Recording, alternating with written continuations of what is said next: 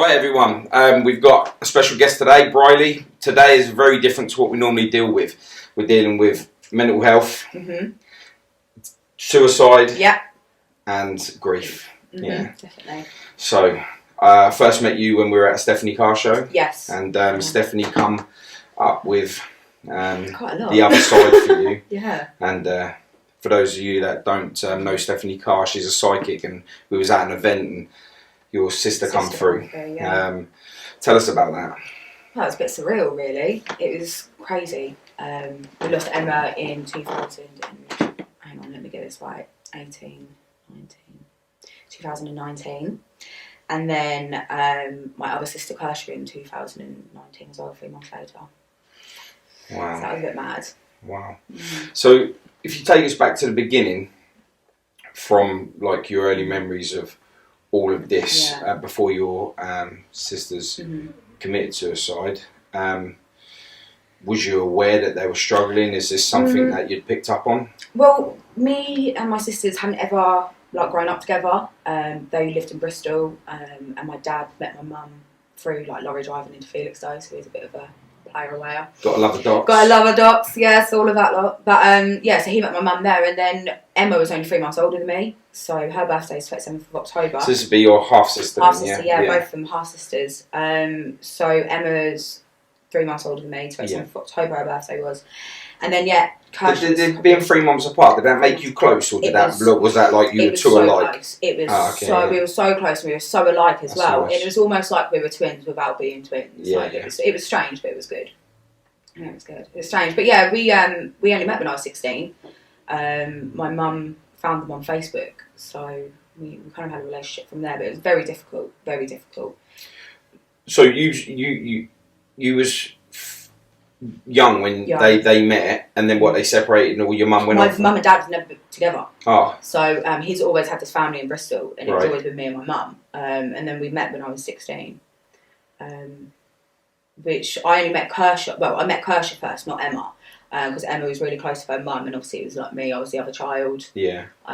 So she didn't like that at all. But in the end, me and her were a lot closer than what me and Kershaw were. But yeah, I mean, growing up without them, and then meeting them, it was very strange. You could tell that we were sisters, like instantly. Yeah. We had that bond. Even though you'd been separated all that time, it was just back. Yeah, straight away you could tell, and everyone was like, "Well, there's now 3 of them." Because I'm a nightmare. Oh no. Yeah, my mum was like, I had one and put a stop to this. She was like, now there's another 3, like 3 of you all together. She was like, it's a nightmare. Yeah, that was a bit crazy. So your relationship, you said you was quite similar. Did you find out that she was suffering, or?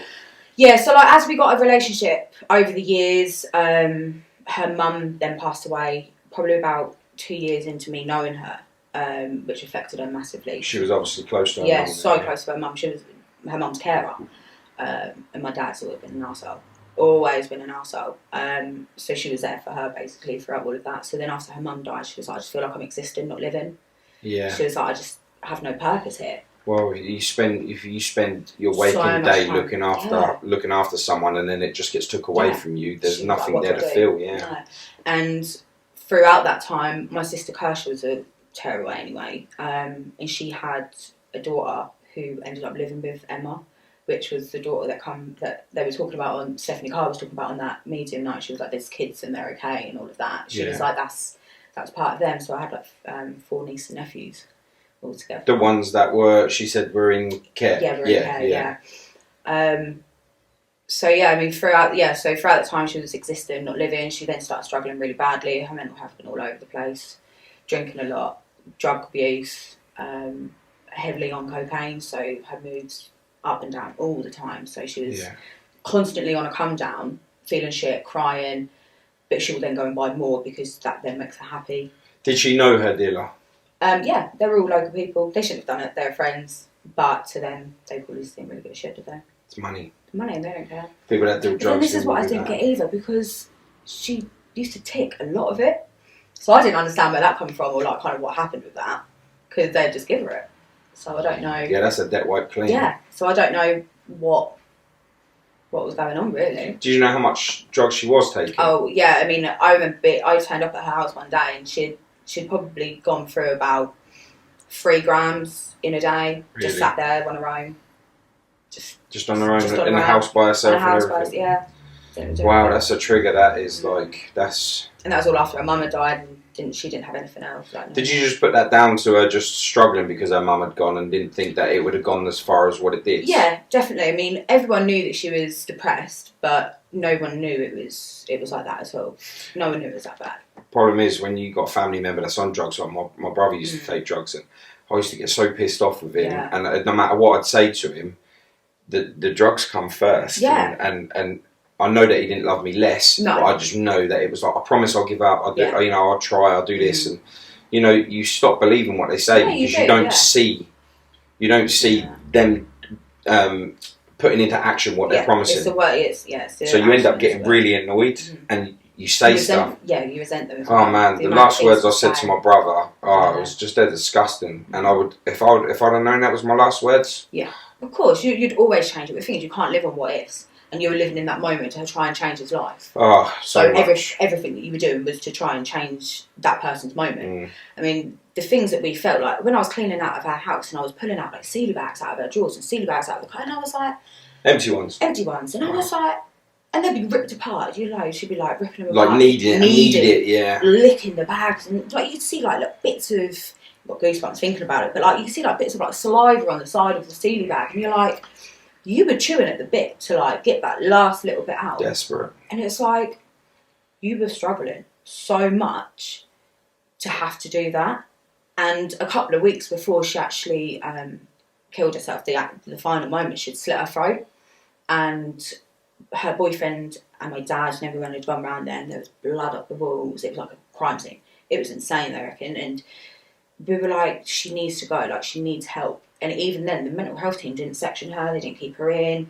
Joking. Nothing. And like my dad's a prick, mate, honestly. But my dad was walking around and like there was a nurse there, and he was like, "Poor, look at the nurse's ass." And my brother-in-law fucking grabbed him and was like, "Are you joking me?" And this is why she's like she is, because you're like you are, and you're not doing nothing about this. Yeah, I do believe that the people that bring you up in the world is a definite indication of what you're going to turn out like. Gotcha. And I think it takes someone... And it's more than just being genetics. It's more than just people saying to you, "Oh, you're well like your mum you are," or "You're well like your dad." Listen, I can walk down the road with like my friend's kid, and someone will see us and go, "Don't he look like you?" Yeah. No, because he's not mine. He's not actually. Yeah, and it's so people go, "Oh yeah, you just like because your hair colour's the same," or you've had. It's like me and Jodie. Me and her, my girlfriend, we go out and they're like, "You two are sisters, aren't you?" I'm like, "Yeah, sisters." Yeah. We're sisters. Yeah. Some sort of sisters. But it's like you just assume all the time, and people are like, "Yeah, that's it." Yeah. You're not who you are. Like you're not. You are your surroundings, but you can choose. Oh, you're 100%. Yeah. What you surround yourself in is what you become. I'm a big believer in that. Massive believer. I think it's even just like having friendship groups as well. You fall into the same sort of trap as them, don't you? And like you see like a fully formed friendship group already. You're like friends with someone. You like pop into their group, and then you're like, I'm quite like them now. Like, what is this about? Like, when you're sitting outside, you're thinking, "Fucking hell, they're all the time. Like, what's going on?" Next thing, you're there all the time. Yeah. You're like, yeah, you do fall into your environment, and I think that's kind of what happened with my older sister, Kirsha. She fell into that bad environment. She's always been into that, wanting to be a part of something that's not right, and it was always that, I don't know, like adrenaline of doing something wrong and getting involved in something stupid. And then trying to please, even though you know it's wrong, trying to please people. Why do you want to please the people who are doing the wrong? Yeah, and I can never pinpoint why people look at wrong and think to themselves, this is exactly what I want to be. I don't know whether it's a case of like wanting to be rebellious and wanting to go against someone in your life, like with me. More fitting in, I think. Yeah, fitting in, I guess. Like maybe it's something like if you're not happy in yourself, isn't it? Like I think you've got to look at yourself when you do things like that. Yeah, I think like if you are a part of a family that is not really close, and you're looking for that closeness, you don't actually know what you're looking for. You just seen a film and you've seen people for families. You've got a fairy tale in your head, haven't you? Yeah, so you're following a fairy tale that you know is not true because it's just Hollywood. So what you end up doing is you put on a facade and you become... I think you try to escape your reality, don't you? Yeah. Massively. Yeah, and then next thing you know, without subconsciously realising, you are them. Mm-hmm. And you got some other little nitty running around trying to please you. Yeah. And then you're then starting another cycle of someone else, aren't you? And ruining another person's life. Yeah, exactly. I honestly, I think, you know, what comes around goes around for sure. And, you know, I've probably still got some dues to be paid, you know, or whatever. Yeah. I'm ready. Yeah. You know, I always think, though, like, when you, like, level yourself out there and you, like, I've done shit in my past and I'm not proud of it, but then I also then try to look at but you wouldn't be you now. No. And if you're not you now, your girlfriend wouldn't even. Do you see what I'm saying? So exactly. And I don't regret anything. Like, people say, I regret this, I regret that. You can't regret life. I don't. I probably regret not doing more. Probably regret decisions, but you can't regret your life. Do you know what I mean? Because it wouldn't land you where you are now. And it's all memories and it's everything to look back on, isn't it? It is who you are, massively. So, your sister. She'd cut her throat. Yeah. How deep was that? It was about that, and she hadn't gone too far in, but they had to do stitches and sort it all out that way. I just can't imagine the pain that she must have gone through to be able to harm herself like that. Yeah. And to have to do because it's not like, you know, when you self-harm, you cut your legs or your arms and stuff. I see a lot of that in what I do, like tattoo-wise. I tattoo over a lot of people, and I'm a part of a lot of people's journey with becoming, but a throat. I remember being in a mental institution once, and there was a girl in there, and she'd cut her throat, and that was right the way across. And you could see how bad it was because it weren't straight; it was jagged. Yeah, she wanted to do. This is exactly the same. This girl, I'm done. It's horrible to think about it, like that they're in that position, and then when they're at the lowest, they've got people like my dad. Oh, look at that ass. Yeah, was she there hearing him? No, she was in the room. That was in the hallway, luckily. But I mean, she would have known he would have said something like that. That was him. That was just him. So do you think she blocked all of that out to do with him because she knew what he was like, or or did you find it more offensive because you were on the other side looking in and being like, "What the fuck? Your daughter's just cut her throat." And in all honesty, I hadn't known anything that had happened because I hadn't been speaking to him as much at that point. Yeah. It's always been a strange relationship with my dad. It's always been awful. But at that particular time, I weren't as close to him, so I didn't find all of that out until I went down on the day that Emma died, and then I found everything else out then and what had been going on in the lead up to that. And I was like, well, I was shocked. I was like, well, why did that happen? Like, and then I was like, I felt shit that she hadn't even messaged me, but she hadn't messaged anyone. But then I was like, that was my sister. Like, was there anyone around her that was like, you know, I need help to watch her, like we need to go on to... Yeah, my brother-in-law, Jamie, her boyfriend at the time, he was always there. Like, his mum and dad lived across the road as well in the village, and he'd always be over there checking on her and making sure that she was all right, and he'd done everything he could for that girl. Sounds like a decent guy. Yeah, massively. I mean, I talk to him all the time now. He's more in my life than ever. Like, we've got such a good relationship. That's really good. I've got a family up there now. He's now met someone else. He's now got a baby. Got 2 kids another one on the way now with her, and I couldn't imagine him being with anyone else. Like, and she knew Emma.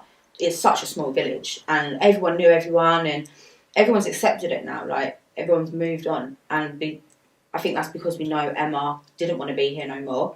She was at the end, and she had enough. And you heard what Stephanie Carr said.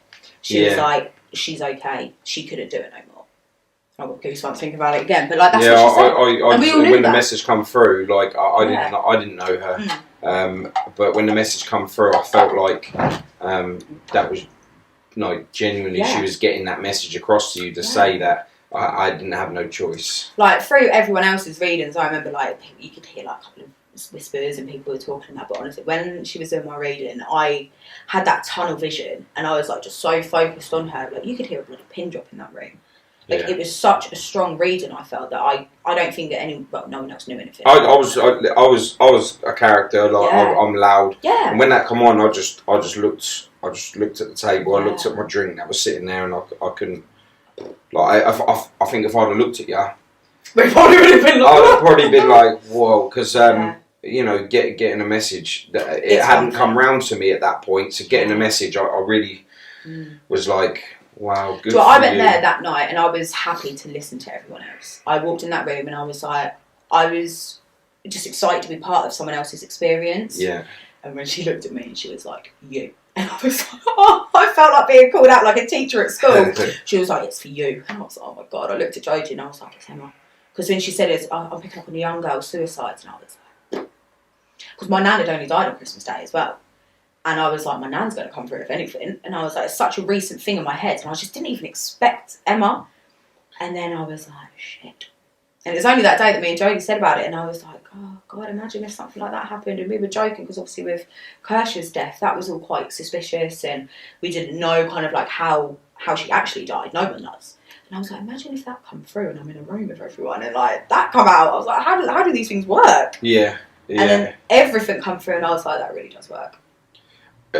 Listen, if I would have been sitting in another room and it wasn't Stephanie, I would have probably just been like, whatever. Yeah, whatever. But Stephanie, there ain't no one like her. See, I love her. I've never met her. And there's only like, I think there was 3 people in that room who knew bits about my sisters, but they didn't know the whole lot. And some knew things that she'd said that the other hadn't known, so they could all kind of like cross-relate. And I was like, that's real.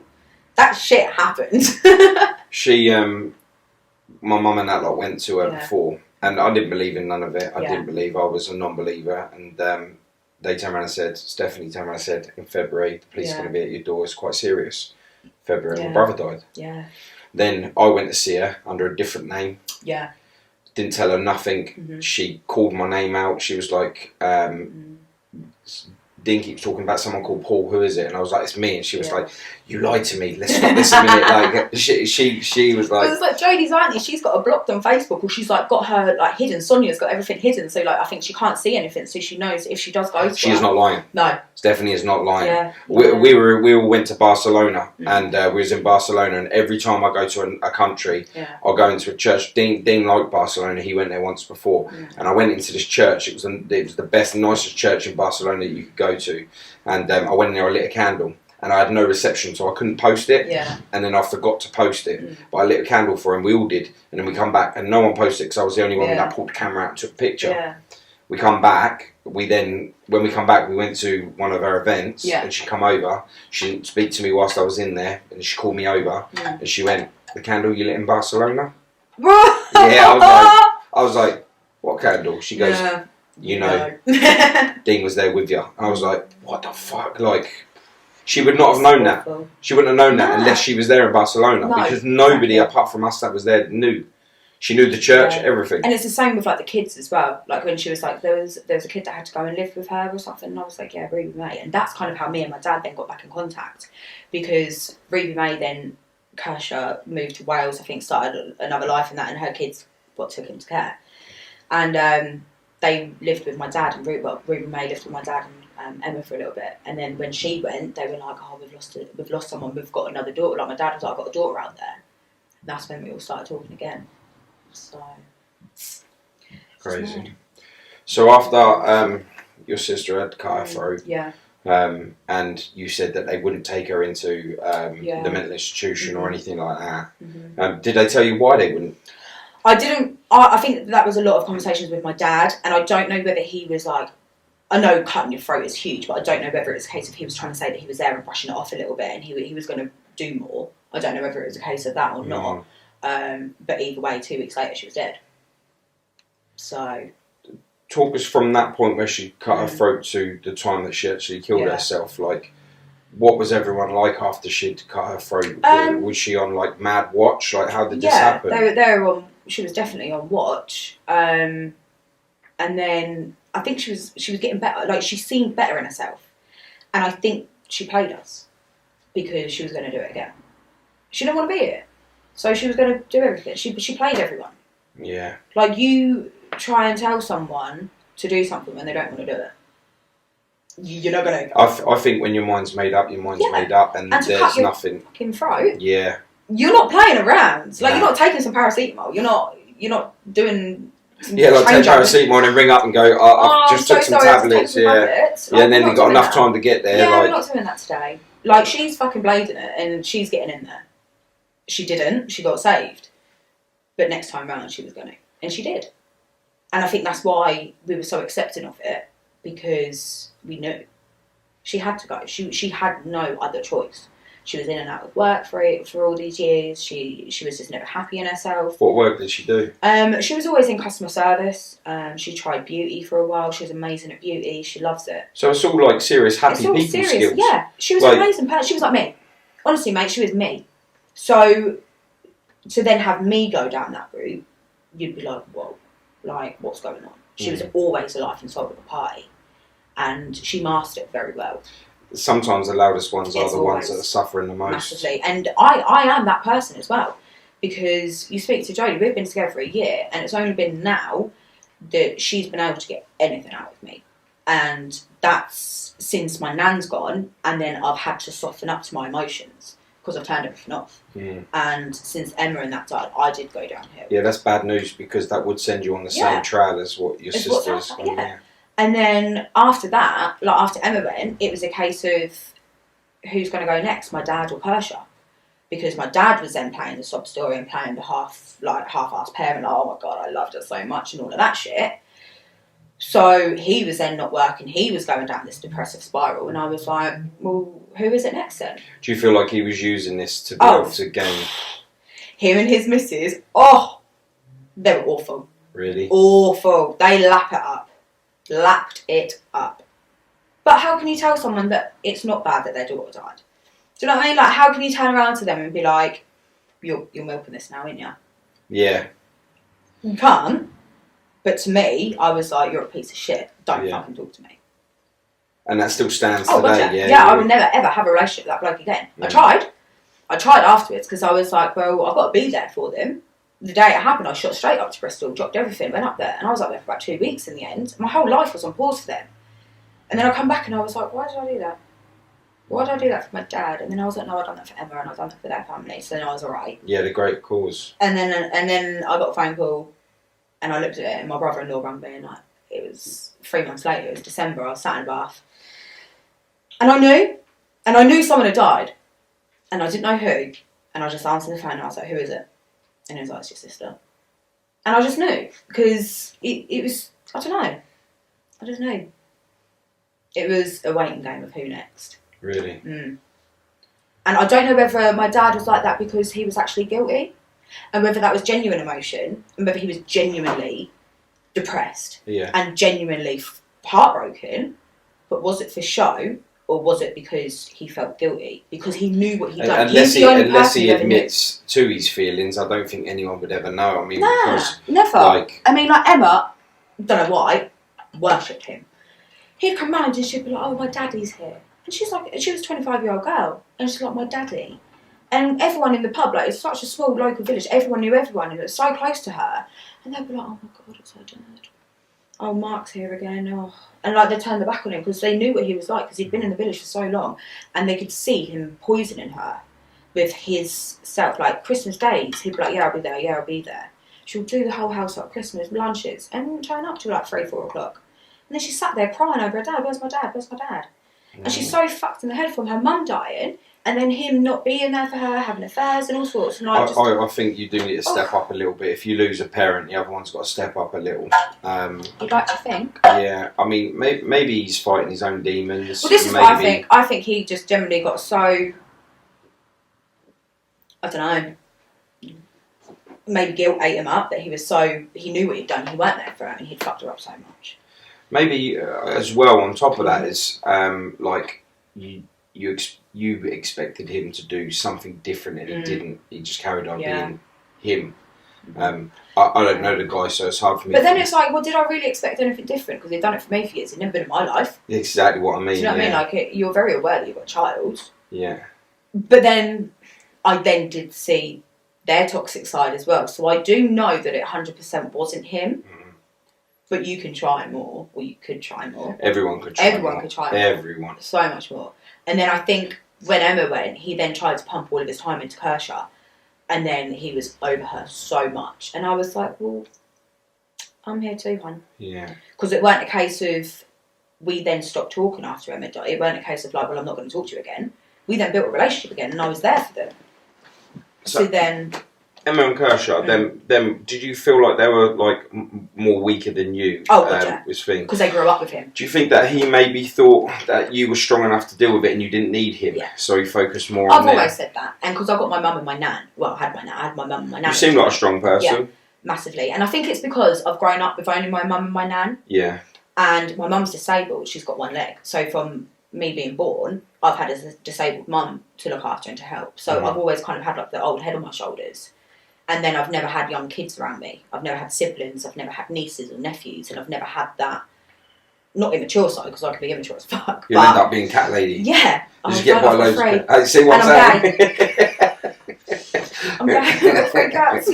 So the journey's already started. Yes. But yeah, no, it is definitely, yeah. So how did your sister die? She hung herself, which is what Stephanie touched on as well, which no one knew. Yeah. She was like the place where it happened and how she was found. She touched on that, and I was like, bloody hell, because it's my brother-in-law that found her, and he'd rung my dad in the morning and was like, I think it was Emma's light was off in our house, and he was like, she's not up for work. And my dad was like, well, try and get in, you've got a key. And he was like, no, I haven't got one. He was like, well, shimmy up the drain pipe then. The bathroom window's open. People used to do shit like that. And Jamie got up to the top of the window and he was like, Emma, what the fuck are you doing? He was like, you've got to get up for work. He saw us standing in the hallway. Obviously, she weren't standing in the hallway. She was hanging from the loft hatch. Wow. And he had to climb in, cut her down, lay her down. And Emma was a big girl. She was like 16, 17 stone. And he's, I don't know, it fucked him up, obviously, of course. Man. But I think imagine. He was there so much throughout all of it that everything messed him up. And my dad messed him up. Do you know what I mean? Like how my dad acted and just everything.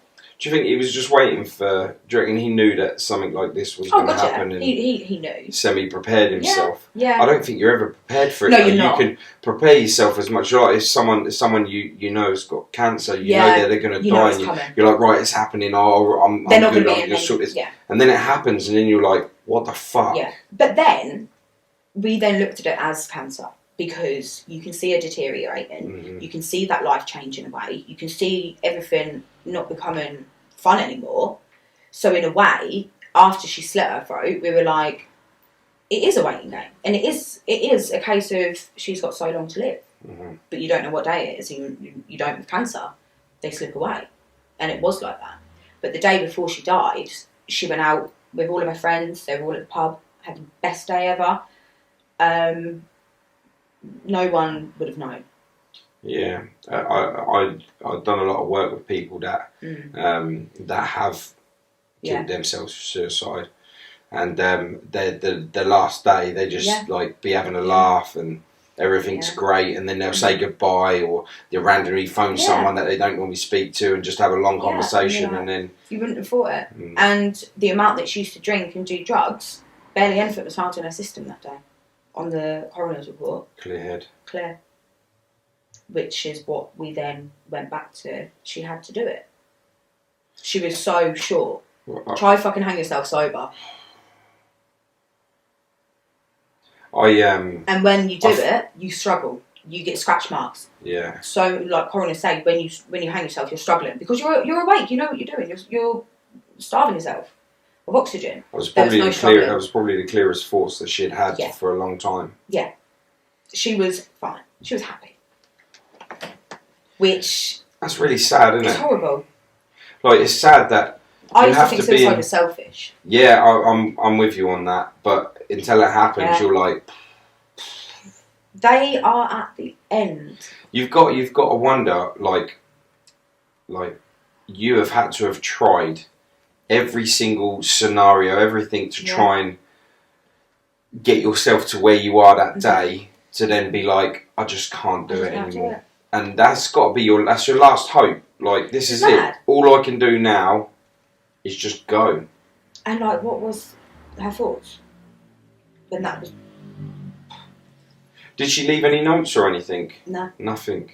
See, before there was a note. When she done her throat, there was a note. Whereas this time there weren't. Did you read the note? No. Do you know what the note said? No. Don't want to. Never been curious. But I think that's because I know what I know, and I think I'd rather leave it at that. Who read the note? I think Jamie's read it before, and I'm guessing my dad probably has. I don't know what Dad did. I don't know. So I don't even know whether there definitely was a note that time, but I know that they had found notes. I'm sure of it. I don't know. But even just like stuff on her phone and stuff, you would never have thought it. She won't ever tell anyone. She wouldn't have wanted that possibility of someone finding a note to stop her. Stopping it, yeah. Because she wanted to go. Yeah, back to what we were saying earlier on, I think when your mind's made up, it's made up. Yeah. And a lot of people that do kill themselves, they ain't saying nothing to nobody because... And it's ones that do say something are the ones that are struggling and you need to look at them first. Yeah. It's the ones that have cried out and have gone silent that you want to look at. Or just check in a little bit more. Definitely. If you could hindsight view this and you knew, even though you knew that it was like kind of she was on that path, would you have done anything different? Yeah, massively. Could you have done anything different? Yeah, I mean years ago when, not long after her mum died, my mum reached out to her and was like, if you ever want to come down here, you're more than welcome. If she'd have moved down to Felixstowe and started a life here, I think she would have been safe. And she'd have been without my dad. And she wouldn't have had his toxic lifestyle around her of just being a dick. Do you reckon it was a big part of the plan or why Oh, God, yeah. Massively. Do you think she felt rejected from him even though, because she loved him so much, do you feel like that she just needed him maybe to see? She had been affected so much by her mum going. I don't think she really grew up that side of her brain. Do you know what I mean? Like, I don't think she wasn't a normal 25-year-old at that time. She was craving her dad's attention, calling him daddy and all of that sort of stuff. So she'd already had that kind of like mental difference there. So I think if he definitely weren't around, she'd have been a lot different. She may not have been okay. It's mad, isn't it? Like how when you say like, you know, your mum and your dad are the people that brought you in this world to show you the direction you need to travel, which should be better than the road that they travelled. Yeah. But then, it then brings me back to this that I forget sometimes. My dad's adopted. And he's been in the most loving family ever. Like, he's never had a problem in his adoption life, but he doesn't know what his family are like. He doesn't know anything like that. So I don't know whether him growing up and being the way that he's been is a case of, is touching from that. But I'm not going to have that conversation with him because I don't think he'd ever tell me the truth. Like, he's disassociated himself to what a family should be because maybe he felt like he wasn't good enough to be. Quite possibly. I mean, I don't think he was ever around much for them as the kid, as a father anyway, because he was a lorry driver, in and out. Yeah. So... mental health is deep. It could be something so tiny that'll affect you to an extreme of suicide, self-harming. Yeah, definitely. You know, just breaking out and just being nuts. It's mad. So, with your other sister, did the death of your sister, did that affect her massively? Yeah, massively, because obviously them two had grown up together. That was her full blood sister. That was someone like you'd think of your brother and sister, whereas with me, obviously people think of it like it's your sister, but it was a different sort of sister. We had that emotional connection, we had that family connection, but it wasn't a case of that she'd been in my life every single day for all these years and I couldn't live without her in that sort of connection. So for her, well, it'd be the same as you losing your brother. Yeah, for sure. It's exactly that. So for her, she then fell off. She was upset all the time. She didn't know what to do with herself. Did she hate her? I think so. But I don't know whether she then realised she had to do it. But with Kirsha, she weren't really one that you could sit down and have a conversation with. Very like inverted. Yeah. And it was like she was very angry and just whatever. And like her way, do you know what I mean? It was just one of them sort of girls. So you just probably didn't want to sit down and have that sort of serious conversation with her. But she's always wanted to get into something that wasn't right. She was always chasing people that she shouldn't be with and all of that shit. So she fell into drugs. She fell into dealing. What drugs did she fall into? I believe it was coke. I haven't asked. I didn't know. Was she dealing what she was taking? Well, Kirsha never took drugs. Oh. Ever. So when this then happened, we were like, well, what are you doing? She's never taken drugs. She's never smoked. So we were like, well, even though she's been that person, she always just never done it. So we were like, well, why are you doing it then? So then we were like, is it 100% full profit for her? Is it a case of a money thing? Does she just want to have the money? Yeah. But throughout her life, her boyfriend, he was involved in all of that sort of shit. So it was quite obvious that she probably would eventually into dealing and that. So then when this happened, I've been told from my dad, because obviously this is all what I was getting told from him, he was the one being dealt with the police directly, being her father. He got told everything. What I know, I don't know whether that's completely everything. Yeah. I remember finding out about the court case and all of that. I was working one morning. I was working in a pub, and my mum texted me, or was ringing me about midnight, and I was like, what the fuck is she doing up at this time? Like, she's in bed. Yeah, normally when you get a phone call at that time, it's like, fucking arse twitching like a rabbit's nose. Man, I'm in I get a trouble. phone call, I'm like, what? And it's like what's going on? You know, that it's not good. It's not good to get a phone call at that time. No. And then she was like, I'm really sorry to do this. She was like, I've just been scrolling through Twitter. And I was like, right. And she was like, I just sent you this news article. And it was something from the Daily Mail. And it was like, boyfriend brags about getting away with girlfriend's murder. Or something like that. And I was like, what? And it was all about this. And it was all about the storyline. There was some boyfriend that was not her boyfriend. It was like some old man that was like selling drugs with these Albanians. And she was involved with it, and he had apparently slipped her some drugs, which killed her. But we were like, she never took them, so why did you slip her the drugs? So, your other sister died from a drug overdose, and this Albanian dude sold her the drugs, or was given her the drugs. He was giving her the drugs for selling.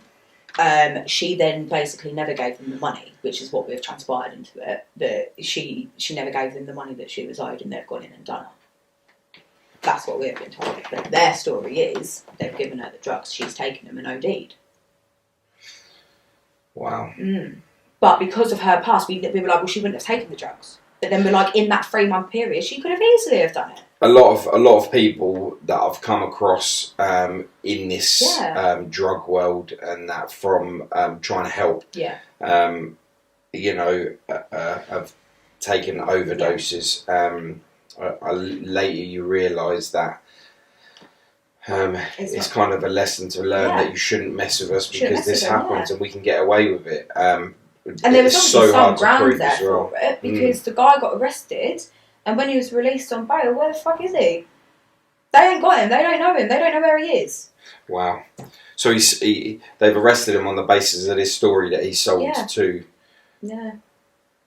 But then again, like I said, I don't know the bloody ins and outs of it because of my dad. Like, thing is, if he's sitting somewhere and he's talking, you don't know who could be a press. You know, so this guy has probably sat there. He could be in bloody Albania talking to like normal. Oh, get this girl. What if they don't pay? Well, you give them drugs, you give them some a dodgy batch, they take it and they're dead. And then they probably just he or she has probably gone off, printed the story. That. Yeah, definitely. It's awful. So yeah, that was all a bit intense. But I mean, it was weird because she had a job at Cardiff City because she was obviously in Wales. She had a job there doing like stewardessing and things like that. So like to us, we thought she was getting on okay. But behind closed doors, again, you didn't know. You didn't know what was going on. And I remember on Emma's funeral at the wake, Kirsha got drunk and was obviously hysterical, crying, I want my sister back. Like, she was struggling, she was in pain. So whether it was an overdose or whether she'd done it to herself, we don't know. So, like, it could have been that she killed herself again. With your other sister, you knew why she'd died. Yeah. But with Kirsha, there's no way that you would know. And that leaving that open is, I don't know, man, because what's going to come through from Stephanie Carr again? Yeah, and because she touched on December. she sat there and she was like, and something happened in December, didn't it? And I was like, yeah, Kersha died. And then she was like, and Christmas Day, and my nan died. And she was like, well, I'm not getting too much about your other sister at the moment, which is why I then changed conversation, because I was like, I'm not talking about my nan now, because that will set me off even worse than what this is. So I don't know whether she was who knows? Get a private viewing with her, 100%, because the 2 days afterwards it fucked me up. I was staring at walls. Like I didn't feel any like bad emotions, but I was like in such disbelief that it was just such a clear message, and I was like, bruv. The other thing that you can take from that as well, which is what I always took, is like, you're going to see each other again, and that's the powerful thing. But you've got to not be of that way that you're going to get there quicker. No, do you know what I'm saying? So, like, I know that my brother's been to these spots that Stephanie would never have known about, and she is just beautiful, like inside out. It's the whole aura about her. She's amazing. She really is, and I'll brag about her forever, you know. And I know that I'm at peace with knowing that once I'm done here, I'm going to be there with him again. And like I said, I was like, it's just crazy, because I've always kind of known there was somewhere else. Do you know what I mean? Like when you die, you go somewhere. Like I remember being at my dad's house once, and somebody who was really close to me passed away. And it was stupid. I pushed the door like this and to cover the light, and it went too much. And then I went to go push it again, and the door opened on its own to close the light. And I was like, what the fuck? Ugh. And then the next morning I found out that this person died, and it was just after that time. So I was like, well, you come to say goodbye then, didn't you? Like you could see I was struggling with the door. Wow. So then from then, I'd always been kind of open from it, seeing little signs and that. And then 2 days before we went to your night, I was driving along past my nan's house, and I was thinking about her, and I saw her house, and I was like, oh my God, like I just want to see her again. I just want to go sit at her house. And as I was driving, this little white feather come in on the door and plop on my steering wheel. And I remember Steph saying, don't look at feathers, they're so random. Everyone was just like, what the fuck? And Jody's mum was like, I saw 5 today. She was like, don't. I was like, where were you been? Where? But then I was like, well, I felt that one, because in the moment I was thinking about her, and I thought that was her telling me, don't be a silly twat, don't think about me. Yeah. And like, it was so peaceful. And then I started getting like looking at like properties of crystals and tarot cards and things like that, and I brought a set of cards myself, and I started pulling them myself daily just to do something for myself, and it's actually really guided me to structure my day, because I've got ADHD, and I didn't know that until a couple of months ago, and my life has been horrific, but now it structures me, and you have knowledge of why you was like so twisty before, you know, not fitting in today is my first day on meds as well, so like it's going to be such a different life. So going through all of this, like and all of the trauma for you, that pushed you to figure out what was the matter with you. Massively. But no, to be fair, in my own mental health, like I've never really kind of thought I've ever had any problems. Do you know what I mean? Like I've never thought I've been depressed, I've got anxiety, nothing like that. And then when the girls died, I was like, well, do I? And my mum was so worried that I was going to do the same. Do you know what I mean? Like how could you not? She was like, you've just gone through all of that. And I then started getting ill the same month that the girls died. And that's when I started having like my paralysed stomach problems. So then I started then getting ill, and I started going into this trap of feeling depressed, because I then couldn't do anything for myself again. And then she was like, well, are you going to be like that? Like, are you going to go down that route? And then I then started looking at, well, what's wrong? And then it went until I got with Jodie that I've really changed it and looked at what's going on and what's wrong with me. And now looking back over the years when I have felt depressed and there have been things wrong with me, I know it's part of my ADHD.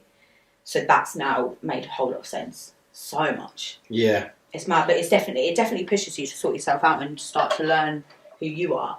Because I thought I knew myself, but no. I think like with do you class it as a disability? No. Because it is. It is, but I don't feel. I think disability. You look at it, and you think disabled, don't you? You think of but like even the worst disabilities are not visual, you know. And I think struggling mentally to fit into a day-to-day physical life where you're supposed to be normal is not the same for us, because I don't fit in nowhere. I've never fitted in. But I survive. Yeah. You know, and it's so shit surviving. It's shit because you are, right, that crowd's like that. I have to try and be... But hasn't it given you a don't give a shit persona? And then people come to you and you're like, well, you're rude, you're standoffish, you're this, you're that, you're unapproachable. But I'm trying to fit into your world. What I do now, how I do it is I try and put out as much good as I can because I'll get that back. Yeah. But... yeah, I'll also bounce off the person. So my way, how you are with me, don't you? Yeah. So if, say for instance, if you come in and you're short with your words and your thing, I'm exactly the same back. I won't give you that.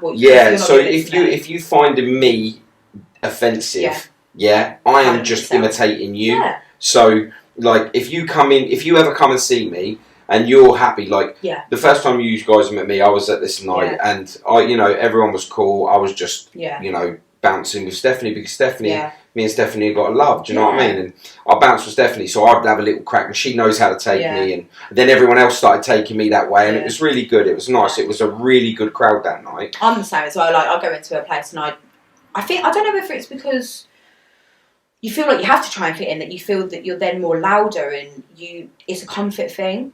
I think if I'm talking and I'm the one being the loud person, no one can then do that about me. And do you know what it is? And you're the same with me. You're covered in tattoos. You look very different. Yeah. I look very different.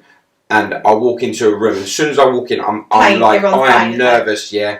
I'm not nervous because I'm scared of what everyone's think. I'm on edge because it's either going to go wrong for them because I'm going to kick off, or we're going to be sitting down and having a laugh. For hours. So when you go in, everyone looks at you and you're like. Everyone, you're like, what the fuck's everyone looking at? Like, you end up like, and there's no one behind you. Face on me anyway. Yeah, like resting, that resting bit. Yeah. And then afterwards, people come over to you. Like at the end, when I went in, no one come over to us, and then at the end, everyone come over to us, and it was like just super nice. And that's why I liked that group that night. Everyone there was just absolutely brilliant. It was so good. It was nice. It was a nice intimate group.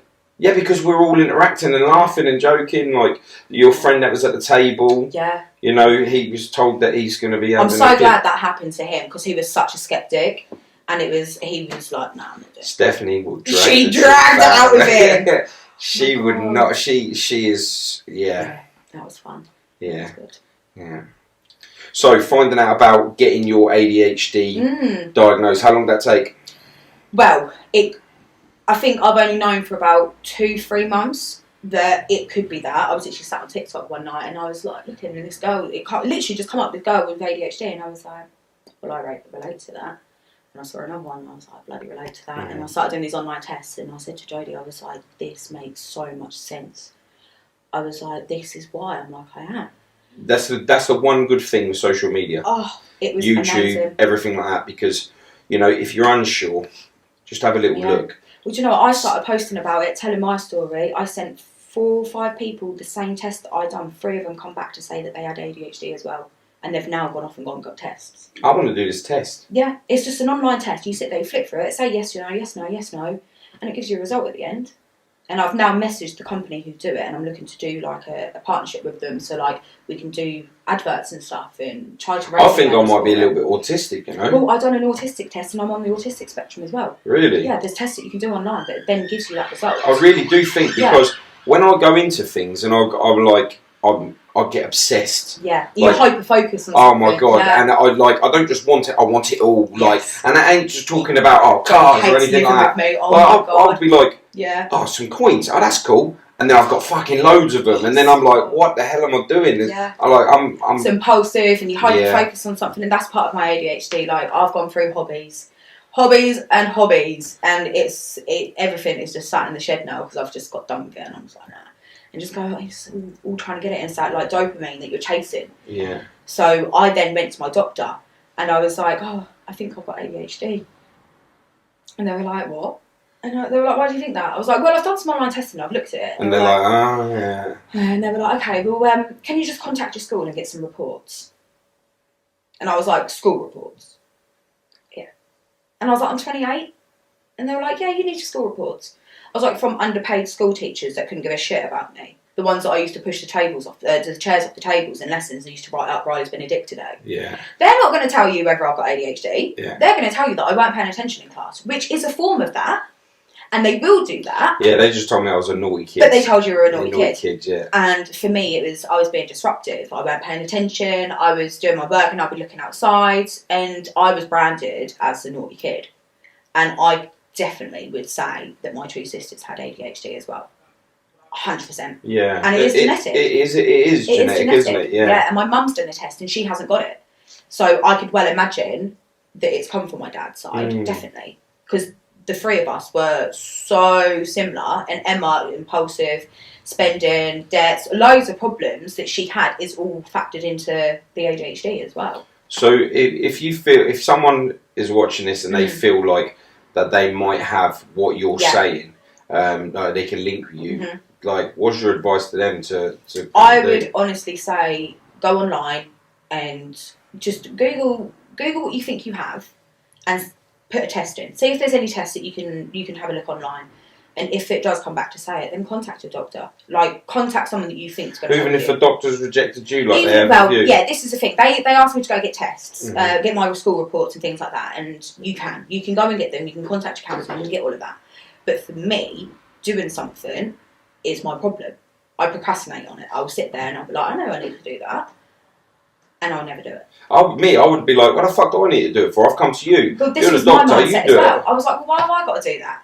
And that was before it even got to the mental health team. So I was like, right, okay. And then in this process, I'd met someone online, and she was then going through the same stuff. And she had gone to her doctor, and they'd messed it up, and they hadn't even had anyone from the ADHD team there to see her. And it wasn't the full ADHD test. So then in my head, I was like, so am I going to get there and that's going to happen to me? So then I looked at private. So then I ended up going privately. And yeah, it's expensive. It costs 678 quid for the first two assessments. You go through a psychologist, go through everything. They then send you a report saying yes or no, you've got it.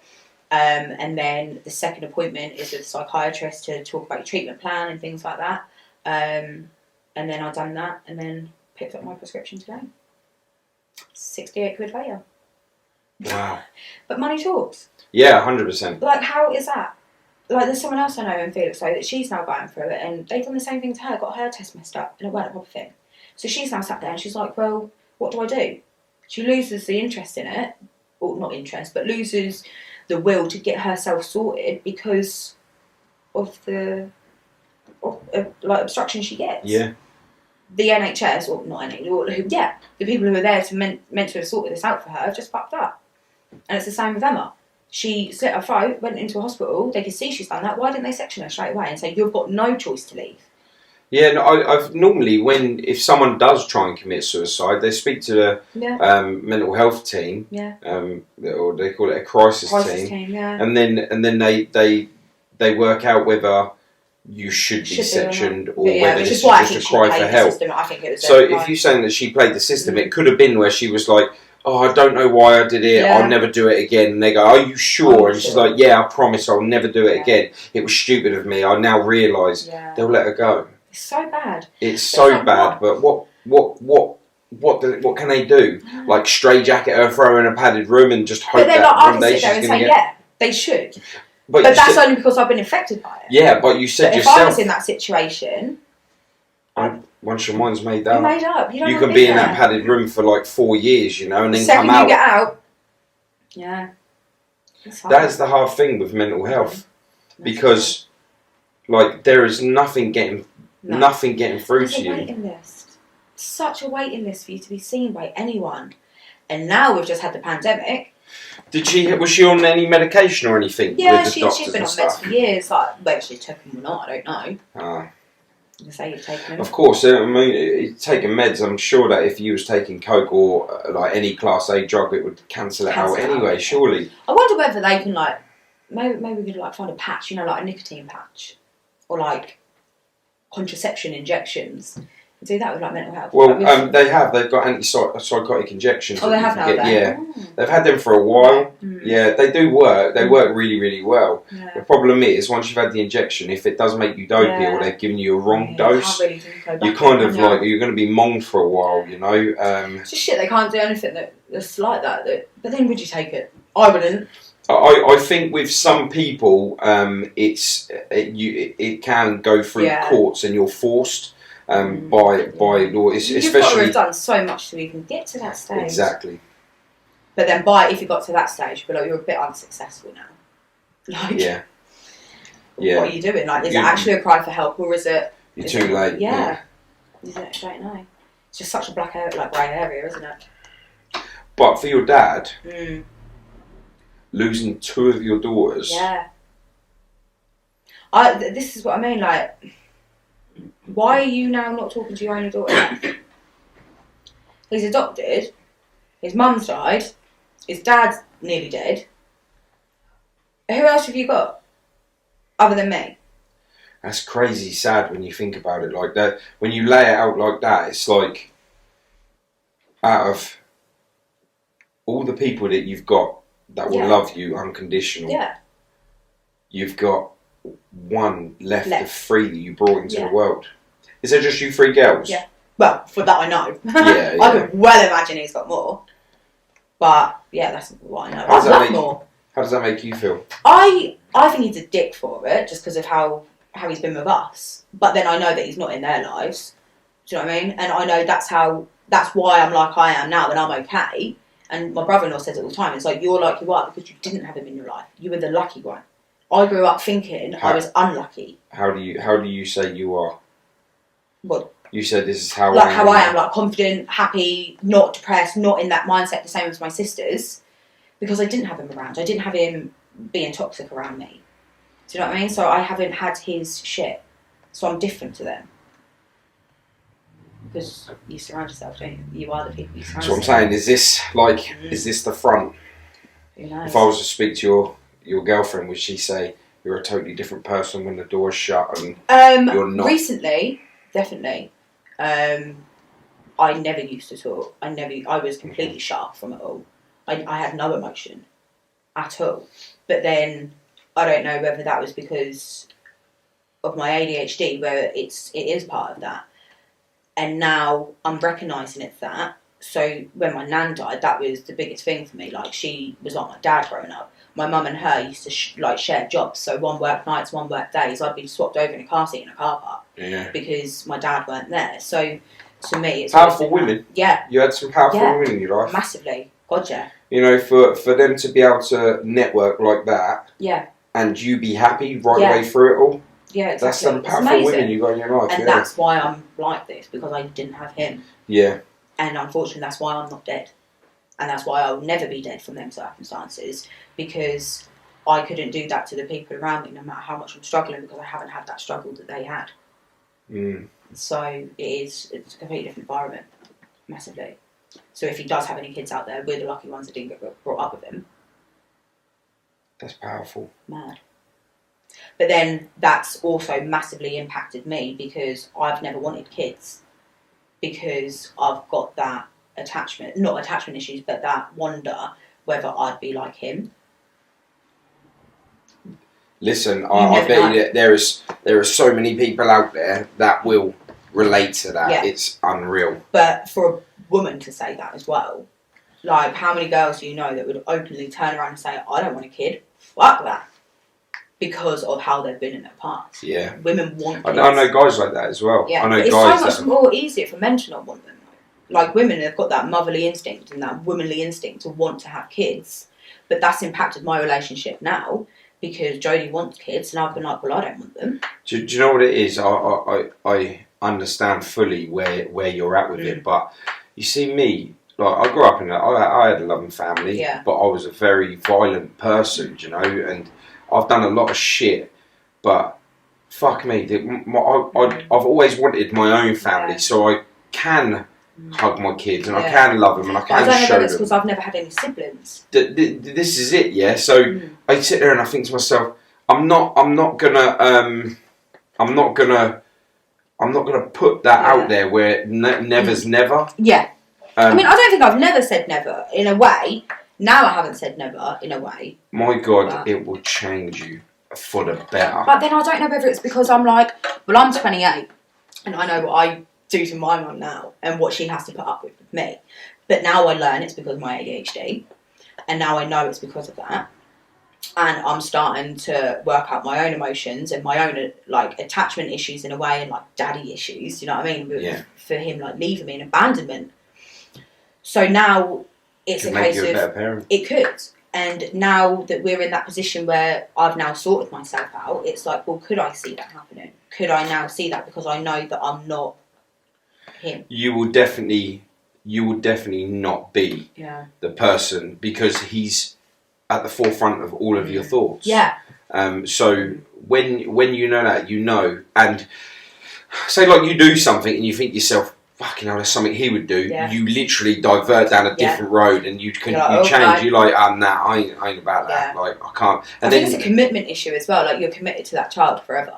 Do you know what I mean? Like, I can't get away from that child. And look, for us too as well, it's so much harder being girls. We've got to go through IVF and all that. So we can't just accidentally get pregnant. Yeah. We can't just be like, okay, let's think about it. So then it's even more of a bigger pressure now. I'm like, well, I've actually got to think about this. Well, it's financial pressure and as well. That as well. Yes, I know some people that are going for IVF, and it's really, it's hard for them. And then if it don't work out the first time, this is exactly what's happened. It's like super hard. But I know that if I was to have one at all, it'd be with Jodie. Like, I could imagine it with anyone else. So I think the fact that I've got that thought is a little bit better. Yeah. Than not at all. And do you know what it is, like the fact that you're on top of your mental health. Yeah. You're on top of your ADHD now. Yeah. And I think that's what I kept thinking of before. Like, why would I want a child, purposely put them into this world to then feel the shit that I've felt? And then lose my nan. I know you can't even think about it like that, but then why would I want to bring a child into this world to then go through the pain that I've just gone through for losing my nan? Do you know what I mean? Yeah, I figured out. I think, why the fuck would I want to bring a child into this world? Like, it's horrible. Yeah. It's horrible. And do you know what? I used to think like that because I lived so negative. Yeah. When I started living more positive, fuck me, like, the world becomes so much more. I changed my circle. Yeah. I changed, like, so much. I changed the way I processed it, the way I managed it. As well, and the same things as well. Like, my old teacher at school used to be like, you're opinionated. Was it opinionated? She was like, you will tell people your opinion. She was like, you can have your opinion, but you don't need to push it onto everyone. Yeah. So I mean, so to have that around, it's quite a big thing. Quite a big person. I think like that could be a cause of triggering you as well. It's like they're trying to suppress you in a way where you don't need to be suppressed. Not at all. You are what you are, and how are you not allowed to be yourself? Yeah. You know, if you don't want to listen to my opinion, it's your choice not to listen to it. Mm-hmm. So for you to suppress me just to make yourself feel powerful, you're abusing your power. And you're I think abusing that's your position. One of them ones as well with like people about talking with mental health and stuff. They don't want to listen to it because they don't understand it and they're not comfortable. I think a lot of people choose to ignore it. Yeah. And think to yourself, because if you knew that if you had a slight inkling that someone was mentally unstable and then they went and died, like Emma, are they going to have any responsibility? Is anyone going to look at you and be like, oh, you should have fucking done more? Like, you can't say that. Like, I don't know. I think education is the best way forward. Like, I want to be able to educate everyone. This is why I do the podcast. And that's what my sole reason. You really should, because you should do a journey. Yeah. You should do a journey story, especially that's what I'm doing now, especially if you do decide to go down the whole family route. Being it's 21st century now. Being a gay woman and having a family is just as normal as it is a man and a woman having a baby. And do you know what it is? I don't think there's enough people out there who talk about it as well and who have got that. Yeah, like I just couldn't think of the word, but there's not many people that, if we just go with blog, there's not many people that blog that message, and I really think that would be successful, especially if you're two young women, you've got a business, and it's everything as well. Like you say, like we met in the middle of a pandemic. We had to then bloody move in together because we couldn't then go into different houses and stuff. So then we then started a business together. We've then now moved out into our own house. We've got 3 cats. Like, with fucking dykes. Honestly. But yeah, everyone knows us on the street for the cats as well. Because really? We shout at them. Like, Milo always. We need a picture of these cats. We're going to post the cats. We'll post the cats on this. Yeah, it'll be fun. But yeah, no, it is good. It's such a good life now. And I think that's why, like, I wouldn't be me if I lived in Bristol. You got all the ingredients now. You just got to make the cake. Yeah, definitely. And I'm so excited to see what happens next. Do you know what I mean? And just to see where it goes. I want to be going into schools next year and pointing at the teachers that failed me and be like, please look at this. Yeah. And please see this in these children. Because I got diagnosed with dyslexia 6 weeks before my GCSE exams. To then have someone sat there and read a bloody thing to me. How did you do it? My highest GCSE was a D. I think I could spell fudge with them all. That's how bad they were. But I'm not in my position for my GCSEs. Hey, a lesbian that gets the D. I only had one though. That's my highest grade. But no, like, yeah, I want to be able to educate as much as possible. I left school no grades. I didn't even go to school. I said I left school. I was kicked out of school. I weren't allowed in any schools. I left. I was rejected by the system. Yeah.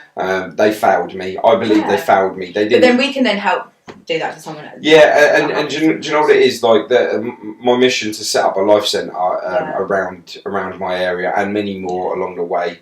You know, it's all one step at a time. Will pick up on these people that are being failed. But look at all the community centres in like the greater cities and stuff. How much success do they have? Massive.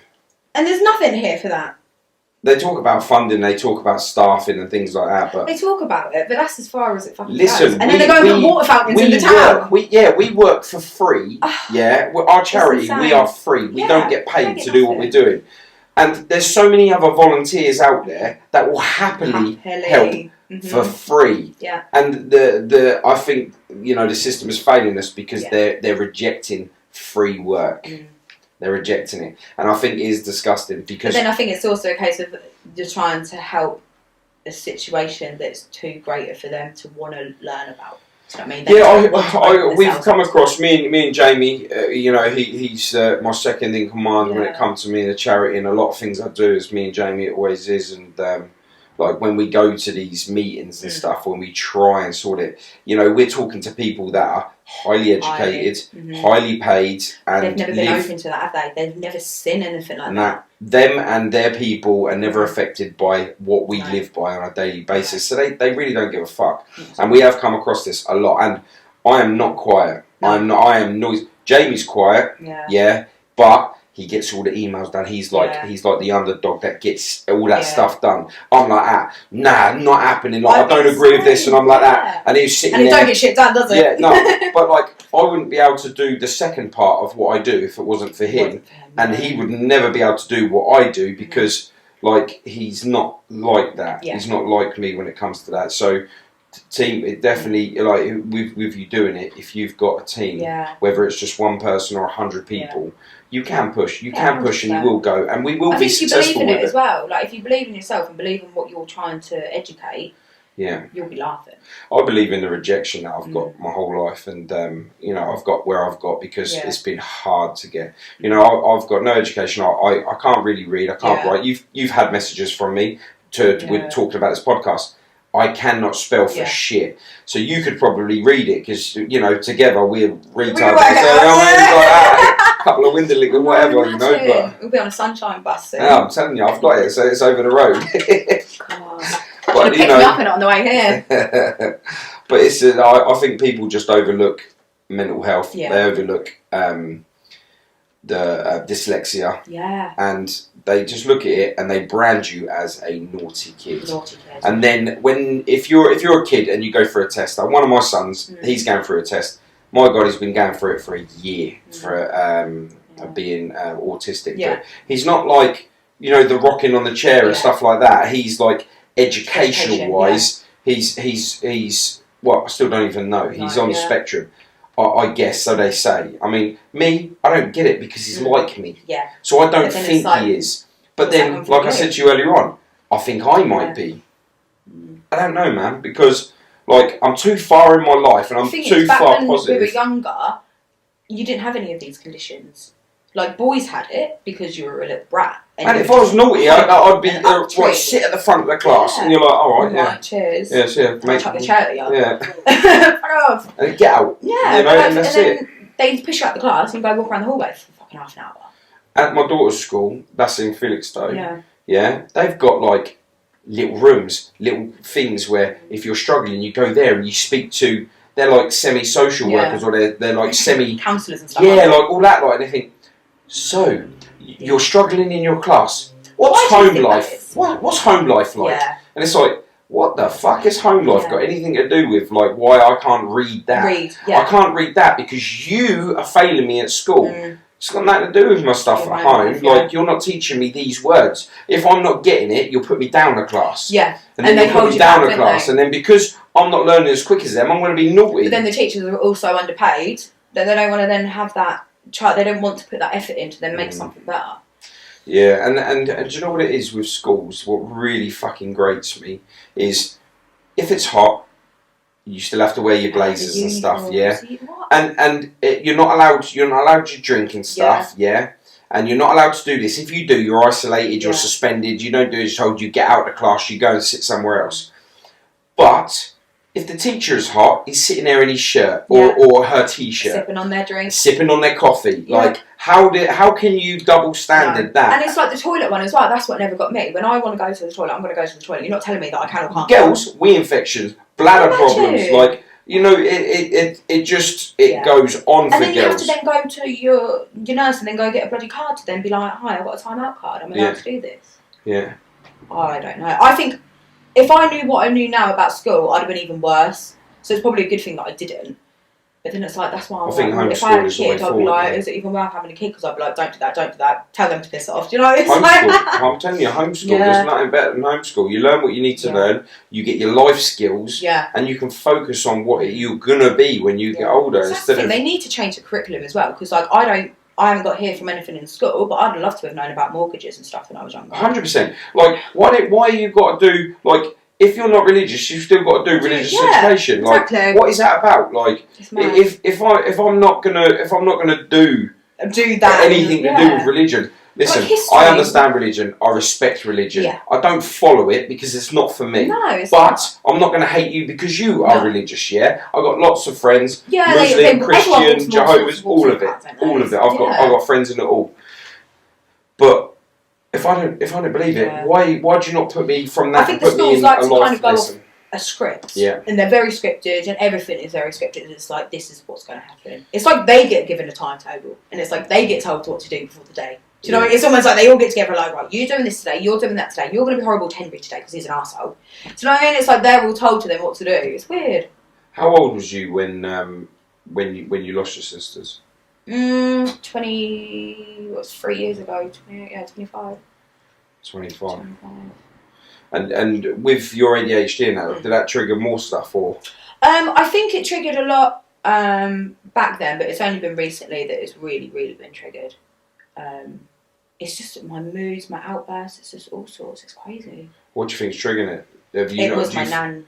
Do you feel like you've not faced it properly? Oh God, yeah. Like with my nan dying, I didn't face that, and I haven't. Even now, I don't. I will not. I was going to say, how are you dealing with it now? Yeah, no. I'm alright today. Like, I'm fine talking about it today, but I struggle a lot, and it was awful for me and Jodie. I mean, it really, really put strain on us two. She ended up moving out. We've only just really kind of got back on good books, but it weren't because of anything bad with us. It was just me. I pushed her away. I have no affection to me. I don't want anyone around me. I just don't want to have any emotion. And I think being in a relationship, it's all about emotion. You've got to show that person you love them. You've got to show that you have that emotion. It almost sounds like the pain that you're going through is like exactly how your dad was treating you. Yeah. So you reverted back to the person and not even realising it subconsciously. Probably, actually, yeah. Very much. And then before you know it, everything that you've got that's making you feel good about life, you've just pushed it all away. Yeah. And it was too late. I realised too late. Do you know what I mean? Like, it was far too late. I started to change and I started to try and adapt things, and it was all going through this ADHD process and learning that it was that. But instead of us working on stuff then, it was a case of I work on it when I get diagnosed, and I work on it when I get my meds. And it was a case of like, I just let everything go. Just wait. Yeah, you can't wait on this shit, man. Yeah, it was a waiting game for me. I was like, I'll just wait. Yeah, just wait. You can't wait on that. And I was so egotistical. Do you realise that now? Yeah, massively. And that's why we're so good now, because we were always going to learn and adapt our lifestyle to fit the ADHD. but it was just too much. At that point where you was rejecting your girlfriend so much, did you feel like she understood you at that time? Yeah, she's always understood. So how did it make you feel then when she just couldn't take no more and left? I was like, well, why? I was like, well, you told me you understood. And you told me we were going to do this until then. And we were, in my head, it was a case of that was our plan. And, well, why couldn't you have waited it out till then? Why did you have to leave me then? I'm going through loads of shit here. Why are you leaving me? And it wasn't until she left that I was like, shit. Like, I don't want to be with anyone else. I can't imagine being anyone else. All through my sickness over the last year, where I've been crying and shitting myself on the bathroom floor, she's been the one there mopping up after me. So to then treat her like that and push her so far away that she had to leave me, I was like, well, fuck this. Even though we knew what it was a wake-up call for me. Rather than it being the end, it was I had to see that happen and I had to feel them emotions, to open back up my emotions, to realise what was going on around me, to then understand that I had this ADHD and it was what was causing all of this ache. Do you know what I mean? So, yeah, it was shit. Definitely shit. Mm. So, getting her back was your mission. Yeah. Before being diagnosed, did you get diagnosed and then? I was diagnosed probably about 2 weeks ago. And when did you get back? About 3 weeks ago. So she come back before you was diagnosed. Yeah. You know, do you ever sit there and think to yourself, wow, she's like an amazing girl to be able to, because whilst you're putting your life on pause, you know, that's like, and I say this with anything, there's one thing you can't get back in life, and that's time. No. And whilst you're wasting your time putting everything on hold, you've forced somebody else to do exactly the same thing. Yeah. And then as well, like, I didn't take on anything of her emotions. She's going through her own stuff. Of course, everyone is. But I then was like, well, I've got my own stuff going on. I don't need to think about yours. And I just dismissed her feelings, dismissed her completely. And I bet you appreciate her more now, though. The fact that she's gone through all of that. Yeah, massively. And do you feel like she understands you, though? Oh, God, yeah. I couldn't have anyone else around me who wouldn't understand me anymore. I think you found your one. Yeah, 100%. And I know that. And I know that's why I'm changing, because I haven't done it for anyone else. Yeah. I've always had people I've always seen people, I've always had relationships. Well, not really relationships. I've had people around, but I've never had relationships. Yeah. So now that I'm in one, and I know that I wouldn't want to be with anyone else, I know that I have to work on myself. But at least before you've got diagnosed, you've pushed each other to the boundaries of like separation, and then like you both know it wasn't that, but you needed to. I think you needed to do that. I had to. Because I shut off so much emotions for my nan, and I hadn't dealt with her death, and I still haven't, that I didn't want to feel anything. It wasn't a case that I didn't want to feel the upset or the heartbreak or the heartache that I'm not going to see her again. I did not want to feel anything.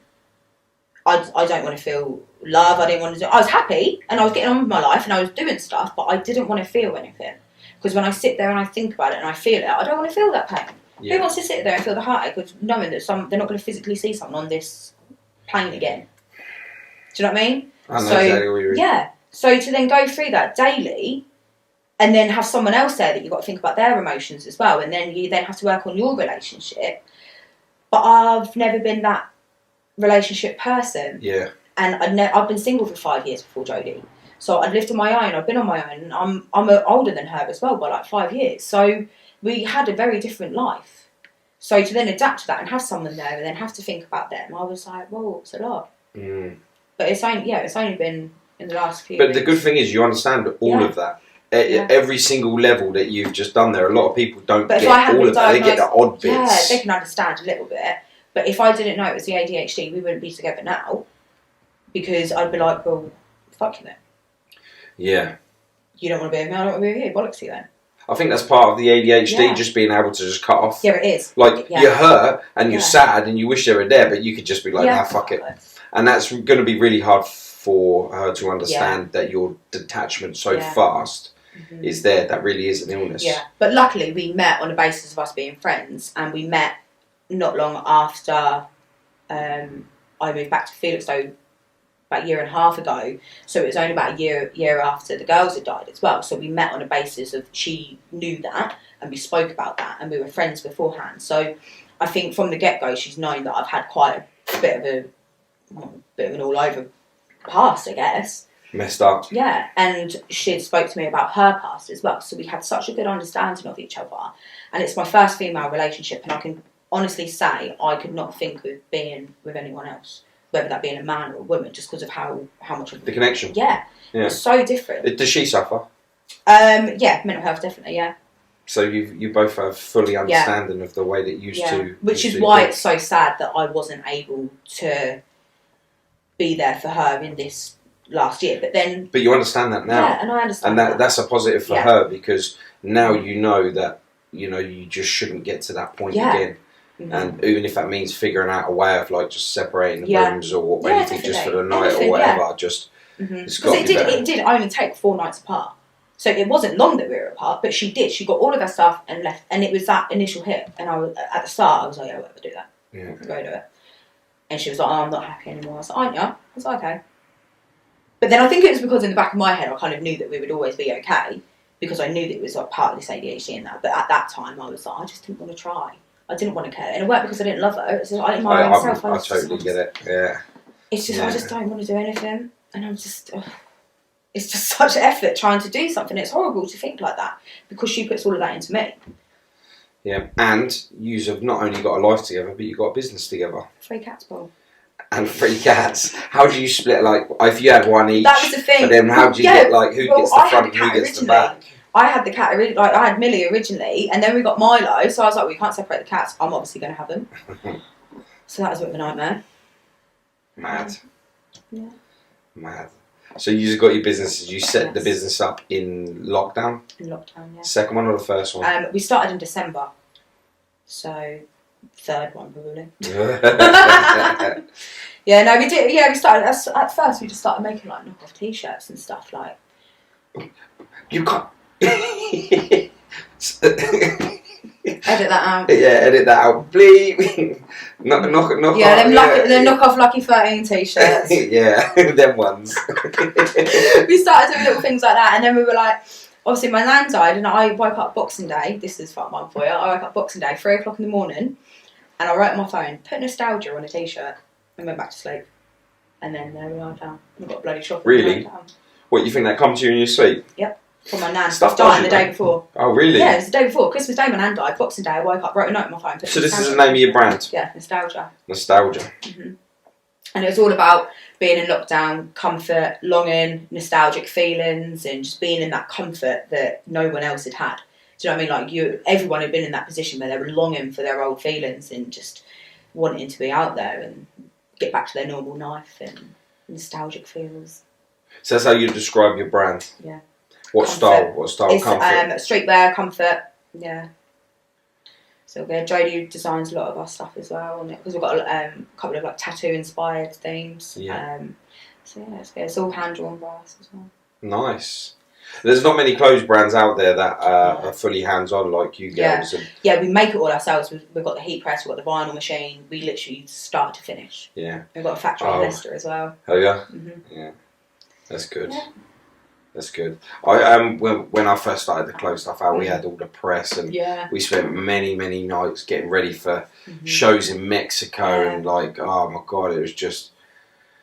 We ended up printing so much stuff up for Mexico, and then the show got cancelled, and we had like all this stuff, and it was just, we'd been up like to like 2 o'clock in the morning. We've done that, and with my ADHD as well, I'll be thinking about starting something, procrastinating on it, and not start it. So then Jodie's full-time work anyway, she's in shipping. I'm sat there doing all of the business, and then she comes home at night, and I'm like, oh, I ain't done anything today. So we're pressing until 2 o'clock in the morning, doing all the orders and shit. Yeah, it's exactly like us. So it's crazy. But it's your own business. You have to put 7 days into it. Listen, if you do not believe in yourself, how do you expect anyone else to? And this is good. Yeah. I mean, the fact that you've gone through such an ordeal, massive trauma, that's going to impact your life, your relationship, just your future. Yeah. And, you found love. Mm-hmm. You've got 3 cats. And you started your business. Mm-hmm. This is absolutely amazing. And that's why, all of that put together, as well as Jodie's stories, like her side of it as well, for us together, it's such an amazing thing. Do you know what I mean? Like, you've only seen my side of it, but like with hers as well, it's crazy what we've done. It's so good. But I've seen you guys out in public. I've seen you here, and you do have a connection. Yeah. And I think that's why it's so much more special that it's happened like this, because we do have that and people can see it. It really is, because I think if you can see, if a stranger can see what you've got is special. Yeah, massively. Without even making no effort. You were just sitting at a table, I could tell that there was something there, do you know what I mean? And I could see who was with who, you know. And well, that night, funny enough, that was the first night of me and Jodie being out back together. Yeah. Because we hadn't seen each other. That was the first night that we'd actually seen each other properly from being back together. So that was like our first night out. So if you couldn't even see that there was that side of it, do you know what I mean? It's obviously a good thing. Yeah, it's massive. You couldn't even see that there was problems. We weren't even together at that point. Yeah, I mean, no, but I could tell that you were connected. Yeah. So, and I could tell from the table who was with who, you know. So this was a good thing, you know. Even after, you know, she was there for you when you got your message through, and that clearly upset you. It gave me goosebumps, and this is why we had to do the story today. So this is absolutely massive for you. And I wish you nothing but the best for the future, both of you girls, and your 3 cats. I've got to see a picture of these cats, man. Yeah. Maybe we should do some tattoos. What, on the cats? Yeah, show them a little bit. Why not? I'll put like my name and a heart on it, like the champ stamps. Yeah. You're mad. Mad, brilliant. Is there anything else you'd like to add to that? I think that's good. Yeah. So where can they find your shop? Where can your shop be found? 2B Crescent Road, Felixstowe, near the library. Felixstowe. The old blockbusters. All online. Instagram. Nostalgia Wear. Yeah, I'll send me. I've got some of your details, but send me over anything you want to add. There's going to be links in it, and you can go and follow the girls and their next step. And then we'll be with you next year as well, and anything that you do, we'll support as much as possible. Yeah. We're a load of you guys know that we're doing the celebrity Jab Not Stab football and boxing event. We're getting a load of young entrepreneurs to go and show that it can be done, no matter whether you're suffering from mental illness, just bad childhood, anything whatsoever, that you can come through and progress to better times. And these girls are going to be there, so you come along to the event once we get it all up. Follow the Celebrity Jab Not Stab all over social media, and you'll see the event times, where it is, and who's going to be there. And you guys are going to join us. Got sweaty hands.